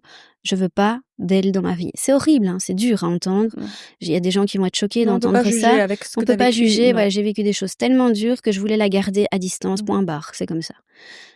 Ma famille a évidemment essayé de me convaincre. Caro, tu vas devenir maman. Elle va devenir grand-mère. Il faut la mettre dans le processus. Il faut qu'elle te voie enceinte. Non. Moi, c'était un no-go. Ma tante lui a annoncé que j'étais enceinte. Elle a dit, elle a à peine réagi. Elle a dit, ah oui, c'est bien, tu la féliciteras de ma part, voilà. Elle lui a dit, je devais être enceinte de 4 ou 5 mois à ce moment-là. C'est important à retenir pour la suite de l'histoire. J'accouche en septembre 2020, Covid, avec un masque, Accouchement dur ou. Ouais, très long. Ouais. Très, très dur, traumatisant un peu d'ailleurs. On est enfermé à la maternité, hein, parce que c'est le Covid, on peut pas sortir, on n'a pas de visite, on pouvait pas se voir. Hein, je suis seule avec mon mari, mon bébé. Au moins ton mari était là. Il était là, heureusement. Je fais partie des. Oui, j'ai une pensée pour toutes les mamans qui ont accouché seules parce que l'horreur. Ouais. Enfin bon, accoucher avec un masque, c'était quand même pas facile. Ouais. Moi j'ai pu l'enlever. Ça. Oui. Mais ouais. Dur quoi. Enfin bon voilà. Soit. On annonce à ma maman que j'ai accouché. Je n'ai toujours pas pris contact avec elle. On est donc en septembre et en novembre, je me souviendrai de ça toute ma vie, je suis dans la chambre de mon petit garçon, en train de jouer avec lui, en congé maternité. Mon téléphone sonne, c'est ma tante, la sœur de ma mère, et elle me dit « Caro, tu es où ?» Je suis chez moi avec mon bébé. Je crois qu'il se passe quelque chose de très grave avec ta maman. J'étais la seule à habiter Bruxelles. Il faut qu'on aille à son appartement. La police est sur place. J'avais compris. Ouais. J'avais compris. Le mot n'avait pas été dit, mais j'avais compris. J'arrive sur place, effectivement, ambulance, police. La police m'arrête à l'entrée. Je dis, je suis la fille de Evelyne. Oui, vous pouvez monter, mais vous pouvez pas rentrer dans l'appartement. Je suis montée, je suis arrivée dans le hall et si tu veux, dans le hall, il y avait là à droite l'appartement de ma maman, à gauche l'appartement des voisins. Les flics m'ont fait rentrer dans l'appartement des voisins directement. Il y avait un espèce de champ blanc, un drap. J'avais compris, hein. Fallait pas me dire. T'avais ton bébé avec toi ? Non. Je l'avais laissé à mon mari. Là, mes 2 tantes étaient présentes. J'ai vu qu'elles pleuraient. J'avais compris. Ma maman était morte. Il fallait, à ce moment-là, comprendre ce qui s'était passé. Donc, un médecin légiste est arrivé sur place. Ils ont fait une analyse. Ils sont venus nous voir et ils nous ont dit, voilà, on ne sait pas vous dire. On ne sait pas si c'est une mort naturelle ou un suicide. La seule chose qu'on peut vous dire, c'est qu'elle est couchée dans le hall de son appartement, en chien de fusil, en position fétale, si tu veux. Oui. Elle a aucune trace de souffrance, donc elle n'a pas le visage crispé, pas les poignets serrés, ni les jambes crispées. On pense qu'elle s'est tout simplement éteinte. Elle est extrêmement maigre, extrêmement affaiblie. Et là, j'ai répondu, je veux la voir. Et les médecins m'ont dit, hors de question que vous la voyez. Ça fait plusieurs jours qu'elle est là. Ouais, une décomposition. Voilà, le corps est décomposé, vous allez être traumatisé, il est hors de question que vous la voyez. J'ai commencé à insister. Mes tantes ont essayé de me raisonner en disant « Non, surtout pas, Caro, on va pas se rajouter ça en plus de toute l'histoire que... Garde l'image que tu as eue d'elle. » J'ai dit « Mais l'image que j'ai d'elle, c'est quoi ? C'est les seuls souvenirs que j'ai de ma maman, c'est pas des bons souvenirs, hein. C'est des trucs horribles. Enfin, je vais pas revenir dessus, mais voilà, j'ai besoin de la voir. » Et bon, finalement, le médecin n'a pas voulu. C'est un peu quelque chose, ça paraît un peu glauque comme ça, mais je sais pas pourquoi j'avais l'impression que ça allait être le point final de l'histoire, tu vois. T'avais besoin pour J'avais besoin, et ça ne s'est pas fait. Donc voilà, ils ont enlevé le corps, et là ils nous ont dit voilà, maintenant vous pouvez avoir accès à l'appartement. Oh, non. Tu vois, ce qu'on voit parfois à la télé, dans les séries ou les reportages, souvent aux États-Unis, où ils font venir des équipes pour nettoyer des endroits insalubres. Je veux bien le voir. Bah voilà, c'était ça. Son appartement était dans un état. J'ai des photos dans mon téléphone, je les regarde souvent et je me dis ça c'est vraiment l'image de sa vie, quoi. Elle avait des pièces entières dans lesquelles elle avait plus sorti ses poubelles. Jusqu'au plafond, il y avait des boîtes de pizza de chez Domino's Pizza. Je sais pas pourquoi. Et en fait, après j'ai eu accès à ses comptes et à ses relevés de compte et j'ai vu que depuis le moment où on lui a annoncé que j'étais enceinte jusqu'au jour de sa mort, donc il y a eu, elle se nourrissait plus. Elle faisait que, de nouveau, fumer des cigarettes, boire du Coca Light et manger des pizzas. Elle avait tout accumulé à l'intérieur de son appart dans une pièce. Il y avait des cafards, des rats, c'était dégueulasse. Il y avait de la pourriture partout, des vêtements. Elle avait plus fait ses lessives depuis des mois. Enfin, c'était dégueulasse, quoi. Et on s'est retrouvés là avec mes tantes au milieu de cet appartement à se dire waouh. Elle est plus là, mais en fait, oui, en fait, elle est encore là, quoi. Il y a encore tout ce bordel, quoi. Donc il a fallu tout nettoyer. Alors c'était le Covid. J'aurais pu faire appel à une entreprise de nettoyage. Je sais pas ce qui m'a pris. J'ai tout fait toute seule. Oui. En plus en postpartum, tu venais d'avoir un enfant. Je venais d'avoir un enfant et comme j'avais eu un sale accouchement, j'étais pas physiquement super top. Donc à coup de sac poubelle, d'eau de javel, de gants, de masques. Même pas l'odeur. Horrible. Ma famille est venue m'aider. Mon papa, qui n'avait plus rien à voir dans l'histoire, est venu m'aider. Et on a retapé cet appartement, surtout pour les voisins qui pouvaient pas supporter l'idée déjà qu'il y avait quelqu'un qui était mort. Les cafards, tout ça. Enfin, on avait des problèmes avec la copropriété, donc très rapidement on a tout fait désinfecter. Et j'ai retapé cet appartement. Vous louiez ou c'était à vous ou c'était à elle. Donc j'ai hérité de l'appartement et maintenant il y a des locataires dedans. Crois-moi bien que je déteste aller dans cet immeuble. Dès qu'un locataire m'annonce je pars, c'est ma hantise. Parce que je dois retourner dans ce lieu où elle est morte déjà. Qui est chargé, exactement. Je déteste. Et je sais que les voisins, je lui ressemble très fort à ma mère physiquement. Donc quand j'arrive... Tu m'as dit c'est une belle femme, blonde, grande, je me suis dit... Ah, oui, c'est gentil de me le dire. Mais enfin... Je lui ressemble très fort et par exemple je supporte pas de pas me maquiller parce que quand je suis pas maquillée je lui ressemble quand elle est malade, tu vois. Et quand je suis maquillée je lui ressemble quand elle était jolie. Donc si je dois aller chercher un pain le matin quand je viens de me lever, je me maquille. Je supporte pas mon image pas maquillée. Ça, c'est des choses qui me sont restées, quoi. Donc voilà, elle est... Toi, comment tu te sens avec ça, avec son décès? Suicide ou pas, en fait, au final, ou suicide lent, en final. Sur son acte de décès, il est mis suicide. Écoute, s'est laissé mourir. Elle s'est laissée mourir. Et c'est quelque part un suicide, de plus nourrir. Comment je me sens? Très bonne question. Au moment où elle est décédée, tout le monde pleurait. Pas moi. Mais j'ai pas pleuré une seule fois. Une de mes amies qui est psychologue m'a dit « Caro, il faut que tu pleures, en fait. Enfin, t'as le droit de pleurer, t'as le droit d'être triste. »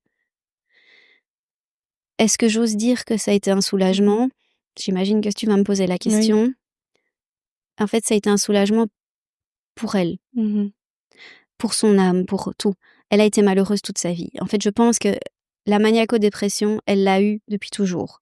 C'était latent. Et plus les années ont passé, plus les traumatismes sont arrivés dans sa vie, la perte de son enfant, moi qui étais gravement malade, le divorce de mes parents, enfin... tout a été un enchaînement, tout a été des petits déclencheurs, tu vois, de la maladie qui a été de plus en plus... Puis les 10 dernières années de sa vie, vivre reclus dans un appartement, c'est pas une vie. C'est pas une vie. Elle était malheureuse. Elle a été malheureuse toute sa vie. Donc, tu sais, l'expression qu'on dit repose en paix n'a jamais pris autant de sens que dans son cas. Tu vois? Vraiment, je lui souhaite qu'aujourd'hui, où qu'elle soit, et peu importe les croyances de chaque personne qui écoute ce podcast, je souhaite qu'aujourd'hui, elle soit bien, qu'elle soit reposée, loin de cette maladie, et qu'elle puisse enfin, peut-être là où elle est, j'espère qu'il y a quelque chose après la mort, qu'elle soit tranquille. Oui, apaisée. Ouais, apaisée. Et toi, en tant que jeune maman, comment on se construit en mère, avec ce nouveau rôle de mère, quand on n'a plus sa propre mère Tu sais, déjà, quand tu deviens maman et que 2 mois après, tu perds ta propre maman, c'est terrible. Hein, parce que tu découvres le rôle de maman. À ce moment-là, tu réalises tout ce que tes parents ont fait pour toi. Tu sais, tous les sacrifices qu'ils ont faits, les nuits blanches, tout ça. Tu réalises à quel point c'est prenant le rôle de parent. Et moi, je me souviens, je regardais mon père et avec presque de l'admiration. Il dit « Waouh, t'as fait ça, chapeau ». Je le vis pour le moment... c'est trash quand même d'être... Enfin, c'est très gai, hein. Bien sûr. Pardon, hein. Non, bien sûr. Pas que tous c'est... les parents peuvent comprendre. Oui, c'est tous les le plus beau parents... rôle, mais c'est dur. C'est dur. Il faut le dire. Faut le dire. Aujourd'hui, en 2025, on en parle. Oui, on en parle. Avant, pas. On édulcorait beaucoup le rôle de parent. Je pense qu'aujourd'hui, on peut le dire. C'est pas facile. Non. Mais c'est dingue aussi. C'est la plus belle histoire d'amour. Bien sûr. Je pense que ma maternité soigne la petite Caroline. Tu vois? Oh, Ouais, arrête, c'est plus en j'ai larmes aux yeux. Le fait d'être devenue maman... Mais bien sûr. Pardon. Excuse-moi pas. Ça me permet de me soigner, moi, quoi. Pardon. Non, t'inquiète pas. Je comprends. Tu vas me chauffer. Non, ça va. Ça va.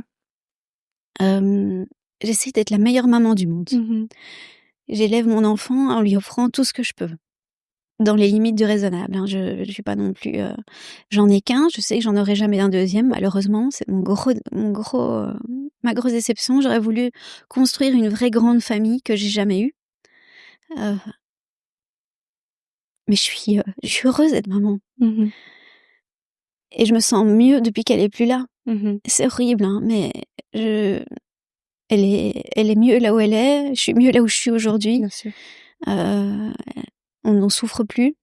Elle me manque pas. Elle me manque pas parce que pour moi, elle est morte quand elle a pété son plomb en pleine nuit après la soirée avec mes amis. C'est à ce moment-là que son corps était là, mais sa tête plus. Ma maman est décédée à 18 ans, quand j'avais 18 ans, quoi. Et je l'ai jamais retrouvée. Et la personne qui était là, c'était une personne malade qu'il fallait soigner, qui faisait des conneries, qu'il fallait encadrer. C'était un peu un électron libre. C'était une charge. C'était une charge terrible. J'imagine. Ouais. Moi, j'en veux au monde entier. J'en veux au système judiciaire qui n'a jamais vraiment pris son cas au sérieux. On séquestre des enfants, on laisse pas cette personne sortir. Ils l'ont laissé sortir. J'en veux au système, j'en veux au psychiatre, j'en veux au dernier psychiatre qui, en 2011, le jour où j'ai décidé de ne plus m'en occuper, m'a regardé et m'a dit dans le blanc des yeux « C'est vous qui êtes malade, mademoiselle, vous devez la laisser tranquille. » Oui. Mes tantes étaient là dans la salle, elles ont hurlé sur le médecin. « Vous n'avez pas le droit de lui dire ça. Cette jeune fille n'est pas malade. La patiente, c'est Evelyne, c'est pas Caroline. » Oui, voilà. J'ai du mal avec les psychiatres et les psychologues. Je n'ai jamais vu un psy de ma vie. Alors que, bordel, j'en aurais eu besoin. J'ai du mal avec ce métier parce que je n'ai croisé dans ma vie que des gens qui n'ont pas su soigner ma maman. Donc, comment je vais aujourd'hui? Bien. Si je devais revoir ma maman normale, la voir quelque part sans sa maladie, je lui dirais dans le blanc des yeux presque merci. Parce qu'elle m'a endurcie d'une manière incroyable. Depuis toute petite, j'ai dû me débrouiller toute seule. Depuis toute petite, je me suis fait à manger, j'ai fait mes lessives, j'ai dû gagner ma vie très jeune, j'ai dû réussir mes études toute seule, j'ai dû m'éduquer seule. J'ai des lacunes dans certaines choses qui font rire parfois les gens. Je découvre encore aujourd'hui à 43 pardon, des légumes que j'ai jamais mangés, des endroits où j'ai jamais été. Par exemple, je sais pas nager, je sais pas rouler à vélo aujourd'hui. Enfin, Tu vois, j'ai Ouais. j'ai des choses qui me suivent et qui sont pas graves, mais qui sont là quand même. Et dans ma vie d'entrepreneur, ça m'a donné une envie incroyable de réussir. Raconte-nous un peu l'histoire de Oh, Tango Charlie. ça Donc, c'est on mon remonte au bonheur. Covid, Ouais, on remonte au postpartum. voilà, La ma plus maman heureuse, t'as un décède. petit garçon. Voilà, j'ai retapé Magnifique. l'appartement, ça y est, Ok, c'est derrière c'est bon. moi. Enfin, c'est derrière moi, Oui, ça ne le sera j'entends, jamais. Mais je veux mais dire, pourquoi t'as pas vendu? je sais pas pourquoi j'ai pas vendu. Parce que ma grand-mère a payé cet appartement pendant que ma maman était malade. Elle s'est saignée pour que Oui, qu'il ma y a maman une soit pas espèce SDF. d'héritage, voilà. Tu vois, ma maman, tu sais, les gens que tu vois dans la rue qui sont fous, c'est des gens qui ont perdu le fil mentalement, mais aussi de façon sociale et Oui, financière. ouais, bien sûr. Et ma grand-mère avait peur que ma mère devienne une de ces personnes. Et donc, pour sauver sa fille, elle a payé le crédit hypothécaire jusqu'à ce que l'appartement soit remboursé. Il restait que quelques années, mais elle l'a fait. Et donc, quand moi, j'ai hérité cet appartement, je me suis dit, je peux pas le vendre. Tu vois, Oui, bien sûr, bien sûr. c'est le combat de ma grand-mère. Elle est toujours vivante, ma grand-mère, aujourd'hui. Hein. Et elle s'occupait de moi comme une maman, comme ma Bah, maman. elle en a vu, elle On aussi. a une relation incroyable. Hein. Elle est dans un home loin de chez moi. Je vais la voir toutes les semaines. Je l'aime de tout mon cœur, quoi. Si le jour où elle va partir, ça va être pour moi un déchirement. Et je sais que ça va arriver. Et ça va être horrible.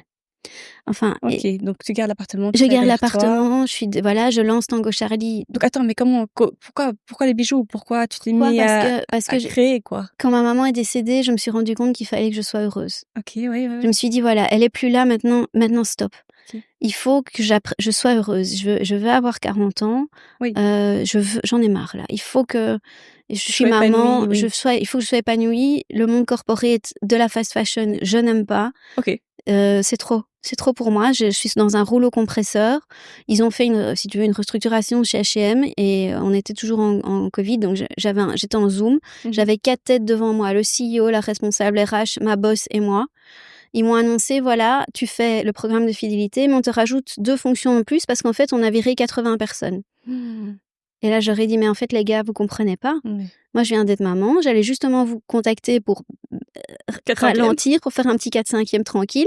Et vous me rajoutez 2 fonctions avec des chiffres dans c'était je passe les détails, mais des trucs sur lesquels t'es sur Excel tout le temps. Et comme j'ai expliqué, j'ai des lacunes à cause de mon histoire quand j'étais malade. J'ai des lacunes en maths terribles. Et moi, être devant Excel et faire des chiffres toute la journée, mais laisse tomber.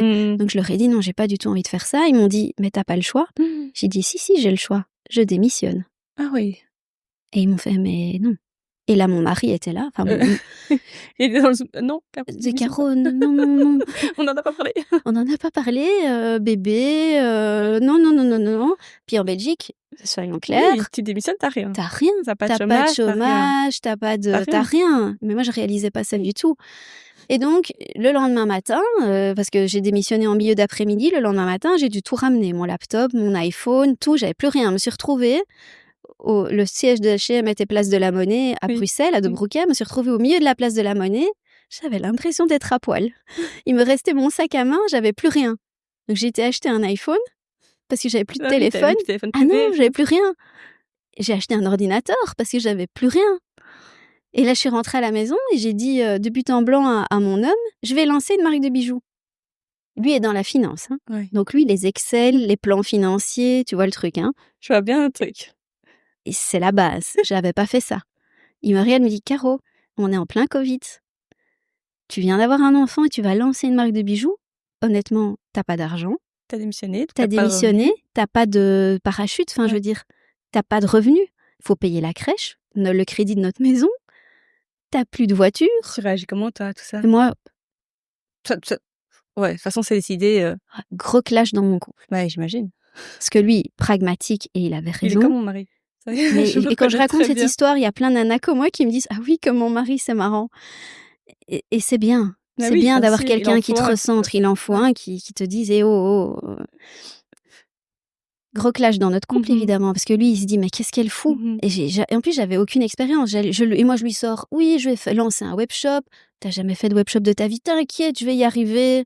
Oui, et je vais faire des posts Instagram et des campagnes avec des influenceurs. J'ai bossé avec ces influenceurs pendant 20 ans. Elles me doivent bien ça. Oui, bien sûr. Elles vont le faire gratuitement. Bon, après, tu étais quand même dans le monde du marketing. Oui, T'avais oui. quand même beaucoup Et de j'avais les connaissances contacts. là-dessus. J'avais les numéros de téléphone de toutes ces nanas. Ok. Et d'ailleurs, c'est ce qui s'est passé. Ok, Je les ai raconte-nous, appelées. raconte-nous. Attends, donc là, ton mari, il te dit quoi? Ok, va faire tes petits bijoux. Mon mari me dit, il finit par lâcher prise. Ouais, Après la énième super. engueulade, il me dit, écoute, fais ton truc. Et on fait un deal. Je lui dis, voilà, j'ai X milliers d'euros sur mon compte épargne. Pas grand-chose, hein, Chloé, vraiment pas grand-chose. Laisse-moi dépenser cet argent pour payer la crèche, le crédit hypothécaire, nos dépenses de tous les jours. Je ne te demande pas d'argent à toi. J'investis Bien. mes épargnes en moi-même. Bien. Tu n'as rien à dire. Bien. Il me dit, ok. J'adore. Deuxième chose, laisse-moi 1 an. À partir d'aujourd'hui, on se note la date. Si dans 1 an, je ne me suis toujours pas versé de salaire, si je ne suis toujours pas rentable et tu vas m'aider à piloter Bien le sûr. côté financier de Tango Charlie, si ça ne fonctionne pas et qu'on est à la conclusion que laisse tomber, ça n'ira pas, on arrête. Et je reprends un travail. Et je reprends un travail et je retourne dans le monde corporate et c'est ok. Ok. Deal? Deal. Ça a calmé mon couple, Ouais. mais là, j'ai eu une rage de m'en sortir. Mais j'avais pas le choix, j'avais pas d'argent. Il fallait bien vivre de quelque chose, il fallait bien s'en sortir, il fallait bien payer les factures. Comment tu fais? Par quoi tu commences? Je contacte les influenceuses, je contacte la presse. D'abord, tu crées tes bijoux? Je crée mes bijoux, je lance une collection sur un coin de table, vraiment. Ouais, j'imagine. Dans mon De chez toi? salon, dans mon salon. Ouais. Avec 2-3 chaînes, 2-3 pendentifs. Je commence directement à faire les joncs que j'ai ici. C'est mon Best-seller. best-seller. Ouais. Ça se vend. Et les compétences, tu les avais? Alors, comme j'ai bossé dans la mode des années et que j'ai cette passion pour la mode, je m'étais aussi intéressée à comment on fabrique des bijoux. Je regardais pendant des heures Oui. des vidéos sur les YouTube et tout ça. Voilà, Ok. j'avais jamais fait C'est ça. incroyable. C'est incroyable. J'avais jamais vraiment fait ça. Oui, je chipotais. Ok. Je bricolais des bijoux. Je en offrais à la Noël à mes copines, nanana. Tout le monde trouvait ça très beau, mais jamais je m'étais dit, oh, je vais lancer une marque. Jamais. Ça m'est venu au moment où j'ai démissionné, au moment où ma mère est décédée. Au moment où tu as accouché. Au moment où j'ai accouché, je me suis dit, c'est ça que je veux faire. J'ai mon truc. Tu sais, comme quand toi, t'as lancé Audace. Ça, oui, c'est l'épiphanie, c'est le gut feeling. Tu sais pas expliquer. Oh non. Tu le sais. Mais voilà, souvent on me demande, toi, ton podcast, c'est un hobby. Je dis, en fait, non, moi, j'ai toujours vu comme un business. Oui. En fait, c'était jamais je passe beaucoup de temps parce que c'est un hobby. Non, en fait, ça doit marcher. Ah, clairement. Mais alors, tu sais, à ce moment-là, t'as les dents qui raient le parquet, Ouais. Hein. T'es capable de tout. Mais moi non plus, je dormais plus. Et j'avais 1000 idées à la seconde, l'envie de lancer plein de trucs. Et j'étais très créative. Donc, et mes collections, j'ai tout de suite senti ce qui fonctionnait. Ok. J'ai tout de suite senti quel bijou allait fonctionner. Après 6 mois, j'ai été rentable. Wow. Grande fierté. Comme mon homme m'a dit dans tous ses graphiques, ça y est, on a atteint le point de rentabilité. Yes. Ça veut pas dire que tu gagnes de l'argent. Non. On est d'accord. Hein. Break-even, quoi. Break-even. Ouais. Déjà pas mal. Ouais, 6 mois, c'est déjà pas mal. Pareil pour Audace. Allez, oui, maintenant, on va lâcher un peu de l'Est. Tu vas faire 1 ou 2 campagnes avec des influenceuses. T'as tel budget. J'appelle les influenceuses qui me disent, Caro, t'es gentille, mais c'est quoi ce budget? Bon, allez, je le fais quand même. C'est pas du gifting, tu payes directement? Je paye. Okay. Je sais d'expérience que le gifting, ça marche pas. Je paye. Et ça marche. 1 campagne, 2 campagnes, 3 campagnes, 10 campagnes, 1 article de presse, 2 articles de presse. La presse qui s'intéresse à cette petite blonde folle qui a lancé une marque pendant le Covid alors que sa mère est décédée, ça marche aussi. C'est pas moi qui les contacte, hein, c'est eux qui viennent me chercher. J'ai fait la couverture de l'ADH. Wow. J'étais dans le Flair, dans plein de magazines, enfin bref. Mon histoire parle. Parle à ma clientèle aussi. C'est comme ça que ça a commencé, tu vois. Et j'essaye de pas trop parler de ma maman. C'est la première fois que j'en parle avec autant de détails. J'en parle mais un tout petit peu, tu vois, parce que j'ai pas envie de baser tout le marketing de ma marque sur mon horrible histoire. Tu vois, je me dis, ça fait partie de moi, mais les gens doivent pas savoir ma vie privée. Je montre pas mes vacances, pas mon fils, pas mon mari, pas ma maison. Je parle de ma vie d'entrepreneur. De maman. C'est super mon tuyau aussi. Ouais. Parce que souvent on me demande qu'est-ce qu'on doit montrer. Même moi, la première, qu'est-ce que je montre? Tout, pas tout, tu vois. Alors moi, mon conseil, c'est que, j'en suis la preuve, on peut réussir sans montrer son resto, ses vacances, ses copines, ses sorties en boîte, même si j'en fais pas, mais enfin, voilà. Moi, je parle un peu du sport, parce que le sport fait partie de mon équilibre d'entrepreneur. Voilà. Donc depuis le début, tu te dis, Instagram, en tout cas, les réseaux, c'est important de montrer mon image, aussi une figure derrière la marque. Tout à fait, et je montre mes galères. Ouais, bien. Donc, ça s'appelait à fond. les gens aiment sur les réseaux sociaux qu'il y ait une petite histoire. Ouais. Donc je leur raconte, mon fournisseur m'a envoyé un colis avec, j'invente, 2 000 € de marchandises, UPS a perdu le colis, je suis dans la merde. Ouais. Et je raconte l'histoire, tu vois. Ouais. Ça commence comme ça, je me rends compte que ça fait des En vues. face cam. En face cam, je directement. suis très naturelle. Parce et que ça a beaucoup de mais, valeur maintenant. ouais. Mes clientes me disent, quand elles m'écrivent, j'adore vous suivre, je ne loupe aucune de vos stories, j'aime bien savoir la suite. Et donc, je me rends compte que la vie d'entrepreneur, de maman entrepreneur, ça parle aux gens. Tu vois? Absolument. Mais, Absolument. et tu parles du dark side et du chouette côté aussi. Enfin, Flexibilité aussi, tu en voilà. parles? Oui, bien dis, sûr. Je raconte que je bosse jusque minuit, je me filme en Oui, travaillant bien sûr. jusque minuit, tu vois, et que je me lève le lendemain à 7 heures parce que mon fils doit aller à l'école et que c'est OK. Je suis pas fatiguée parce que j'ai bossé pour moi, c'est une autre fatigue, Oui. c'est un autre stress, c'est un autre kick, enfin, tu vois. Oui, bien sûr. Chaque minute que tu travailles, je vais dire un truc très, voilà. Quoi, cheesy? Non, très branché argent, mais moi j'aime gagner de l'argent. Ah oui. Pardon. Non, t'inquiète, c'est pas moi que ça choque. Hein. J'aime gagner C'est du vrai que fric. l'argent, c'est important. J'aime voir mon chiffre d'affaires augmenter. J'aime sûr. voir ma marge stable. J'aime voir mon EBITDA positif. J'aime me verser mon petit salaire. Mon salaire. Tu vois, c'est un mot important, ça. L'argent que j'ai gagné. Pas que quelqu'un me verse. J'ai l'impression de me récompenser, tu vois. Bien sûr. Je gagne pas énormément d'argent avec Tango Charlie, très honnêtement, même si ça fonctionne très bien. Mais c'est gai. Oui, C'est bien gai sûr, de se c'est ça, dire que l'accomplissement. j'ai bossé jusque minuit, mais ça a payé. Ouais. J'ai pas fait un foutu Excel pour H&M jusque minuit, ça changera rien à mon salaire. Tu vois ce que je veux Bien dire? sûr. Ici pas. Tu Bien vois? sûr. J'ai ouvert C'est un concret, pop-up c'est pendant très, une semaine ouais. dans telle ville. OK, j'ai découché pendant une semaine parce que j'ai dû prendre un hôtel, j'ai pas vu mon fils. Je suis crevée, mais j'ai gagné plein d'argent. J'ai vu mes clientes, c'était génial. J'ai rigolé avec elles. Elles m'ont raconté des anecdotes avec mes bijoux. Tu vois? Oui, bien sûr. Ça fait sens, quoi. Ça... Tout fait sens. Je revis, Chloé, avec Tango Charlie. Je peux dire que depuis seulement 5 ans, je suis heureuse. C'est triste, quelque part, de dire ça. Parce que le restant de ma vie, j'étais pas heureuse. J'avais pas de famille. T'avais des moments de bonheur, mais t'étais Mais pas fondamentalement heureuse. voilà, j'étais pas ancrée dans quelque chose, tu vois. J'avais pas vraiment de famille. Maintenant, j'en ai une. Ouais. J'avais un boulot, mais c'était pas celui qui me correspondait à 100%. Aujourd'hui, ça y est. T'as tout construit. Hein. Ouais. T'as construit ta famille, t'as construit ta carrière. Et finalement, toute l'histoire horrible que je viens de raconter, j'ai envie quand même de le terminer sur une note positive. Ça a été pas une super école, mais ça m'a forgé un caractère de dingue. Tu vois, je suis une putain de bosseuse, une vraie, quoi, tu vois. Je me démène, je suis sur tous les fronts. Les gens qui me connaissent, ils disent souvent, mais comment tu fais pour tenir le coup? Mais en fait, c'est mon kick, quoi, c'est ma vie. C'est quand Tango Charlie va pas bien, je vais pas bien. Quand Tango Charlie va bien, je vais bien. Comme mon enfant. Quand mon fils Charlie va pas bien, c'est pareil. Tu vois, on est une seule personne, une seule entité. Et même si la vie a été dure pour moi, j'en ai pris que le positif. J'ai laissé derrière moi le négatif et... Oui, t'aurais pu te laisser aller avec ça. J'aurais pu mal tourner, hein. J'aurais pu tomber sur un sale type, tu sais, bien sûr. ou des sales personnes, ou mal tourner, ou me laisser aller, tu sais, j'aurais pu... La dépression aurait pu aussi, toi, avec tout ce qui... Complètement, j'aurais pu... faire une grave dépression, pas du tout. Je sais pas pourquoi. Tu sais, ça c'est... Propre à chacun. Ouais, propre à chacun. Ça, où est-ce qu'on peut trouver les bijoux Tango Charlie? Sur mon webshop, sur mon site, sur Instagram, évidemment. Je mettrai en description tous tes liens, bien sûr. C'est très gentil, merci beaucoup. Qu'est-ce qu'on peut te souhaiter pour l'avenir? Mon rêve d'entrepreneur. Oui. Je le dis ici, comme ça, si ça arrive un jour, on se reverra. Avec plaisir. Pour parler de peut-être la réalisation de ce rêve. Mon rêve, c'est d'ouvrir une boutique atelier. Waouh! Ouais. Je rêve de ça, je ne le fais pas. Pourtant, je pourrais. Financièrement, je pourrais. Au niveau de la structure de Tango Charlie, je pourrais le faire. Je ne le fais pas parce que le retail, pour le moment, se porte mal. Ouvrir un magasin maintenant, il faut être fou. Voilà. Les frais sont trop élevés. Ouais, les frais sont trop élevés. La zone que je vise en plus en Belgique est devenue particulièrement chère et il faut avoir le bon emplacement. Le bon emplacement, je ne l'ai pas.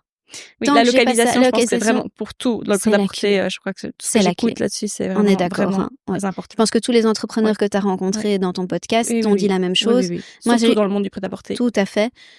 C'est la clé. Ouais. Et je ne l'ai pas encore trouvé. Mon rêve, c'est de trouver l'emplacement, de le signer et d'ouvrir un jour une boutique atelier. Je sais qu'il y a plein de mes clientes qui vont entendre ça et qui vont dire « Oh, Enfin, trop hâte. oui ». Alors, on s'emballe pas. Il y a rien. Pour l'instant, il y a rien. Et ça va peut-être prendre 1 an, 2 ans, 3 ans, 10 ans. C'est OK. Affaire à suivre. Oui, je me mets aucune pression. Pour l'instant, je vis ma best life d'entrepreneur. Laissez-moi ce petit kiff. Laissez-moi vivre ma meilleure vie. Laissez-moi être maman. Tu vois, Ouais. laissez-moi kiffer les premières années de la vie d'un enfant. Et j'ai envie d'être la meilleure maman du monde. Ça demande du temps. On ne sait pas être partout en même temps. Je te rejoins à J'ai 100%. pas du tout envie de sacrifier ces bons moments avec mon fils maintenant parce qu'ouvrir un magasin, c'est sacrifier le week-end. Sacrifier des soirées aussi parce que tu fermes à 18h30, 19h, le temps de rentrer, ton enfant va dormir. Tu vois, Bien sûr. j'ai pas envie d'avoir une nounou. Je comprends. Voilà, c'est pas le moment.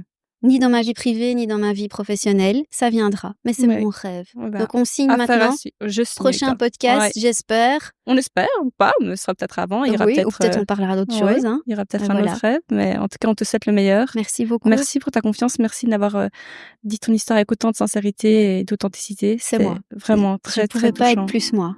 Merci, Caro. Merci beaucoup. Avec plaisir. Et merci de m'avoir fait confiance.